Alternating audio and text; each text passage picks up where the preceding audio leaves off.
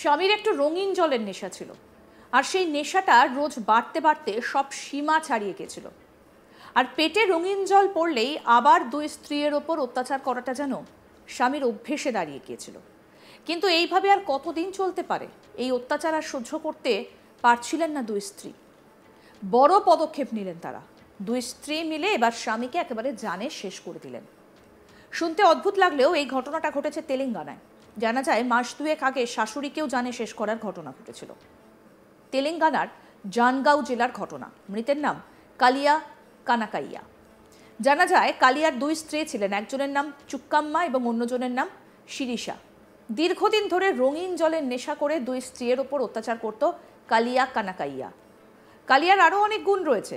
দুই স্ত্রীর ওপর অত্যাচার করার পাশাপাশি নিজের শাশুড়ি অর্থাৎ শিরিষার মা ঝান্নুবাইকে জানে শেষ করেছিল সে।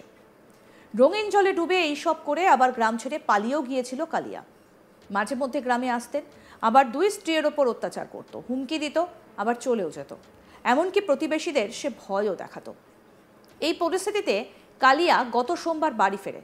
একাধিক দাবি করে দুই স্ত্রীর কাছে। হুমকি দিয়ে বলে দাবি না মানলে দুই স্ত্রীকেও জানে শেষ করে দেবে। এই নিয়ে তাদের মধ্যে অশান্তি শুরু হয়। ঝগড়া চলাকালীনই চুক্কাম্মা এবং শিরিষা দুজনে মিলে খুন করে দেন কালিয়াকে। তারপর কালিয়ার দেহ একটা খালে ফেলে আসেন দুজনে। প্রতিবেশীরা কালিয়ার দেহ খালে ভাসতে দেখেন, তারাই পুলিশকে খবর দেন। এরপর পুলিশ ঘটনাস্থলে এসে দেহ তুলে নিয়ে গিয়ে ময়নাতদন্তের জন্য পাঠায়। আপাতত পুলিশের হেফাজতে রয়েছে চুক্কাম্মা এবং শিরিষা। তাদের জেরা করা হচ্ছে।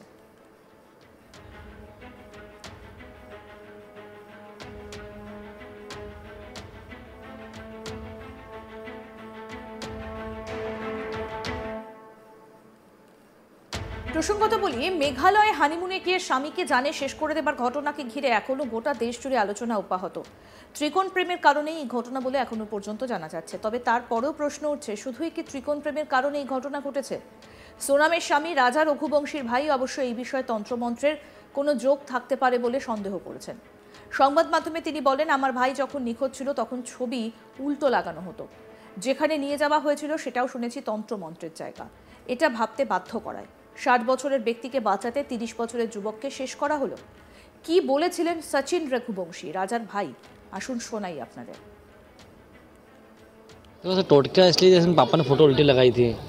जब मेरा भाई मिसिंग हुआ तो उस टाइम में चाहता था फ़ोटो उल्टी लगा देते, तो जो सोचने पे मजबूर करता था अपने मुँह से जो निकलता हम बोल सकते हैं कि जो फ़ोटो उल्टी लगाई थी, फिर जिस जगह पे उनको लेके गए थे वो जगह भी मैं इसमें तंत्र वंत्र की जगह पे है वहाँ पे, तो वहाँ भी ऐसा इन्हें कुछ करा गया। तो वो एक चीज़ माइंड करती है सोचने में, जैसे आप मैं भी हूँ या आप भी हो तो भी सोच सकते हो यदि आपको कोई ऐसा बताएगा तो उसने सोचा कि नर्वली भी कर सकते हैं। आज पापा को अटैक आया था, 2 अटैक आ गए थे, अभी तक कुछ भी नहीं हुआ, अब तो अटैक नहीं आ रहा ही है। और मेरे भाई के टाइम पे सब बोलते बन गया था, बैठते बन गया था, आपने देखा होगा उस टाइम भी।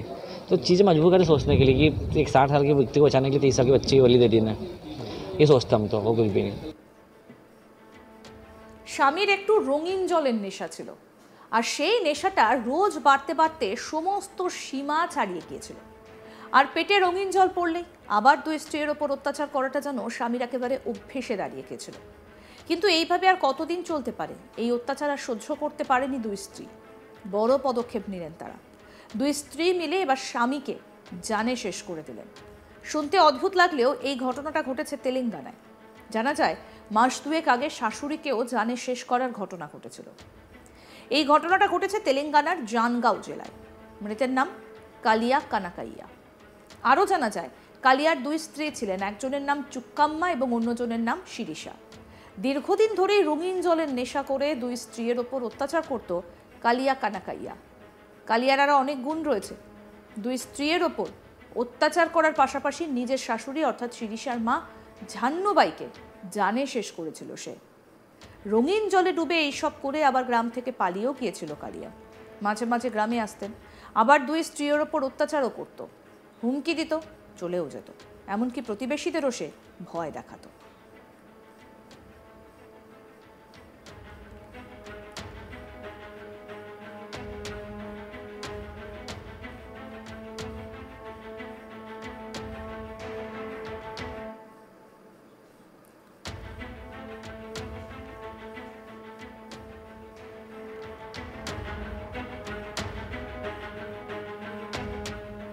আরও আপডেট পেতে দেখতে থাকুন আজ তাক বাংলা। সাবস্ক্রাইব করুন, নোটিফিকেশন পেতে বেল বাটন অপশন প্রেস করুন, হোয়াটসঅ্যাপেও ফলো করুন আজ তাক বাংলা।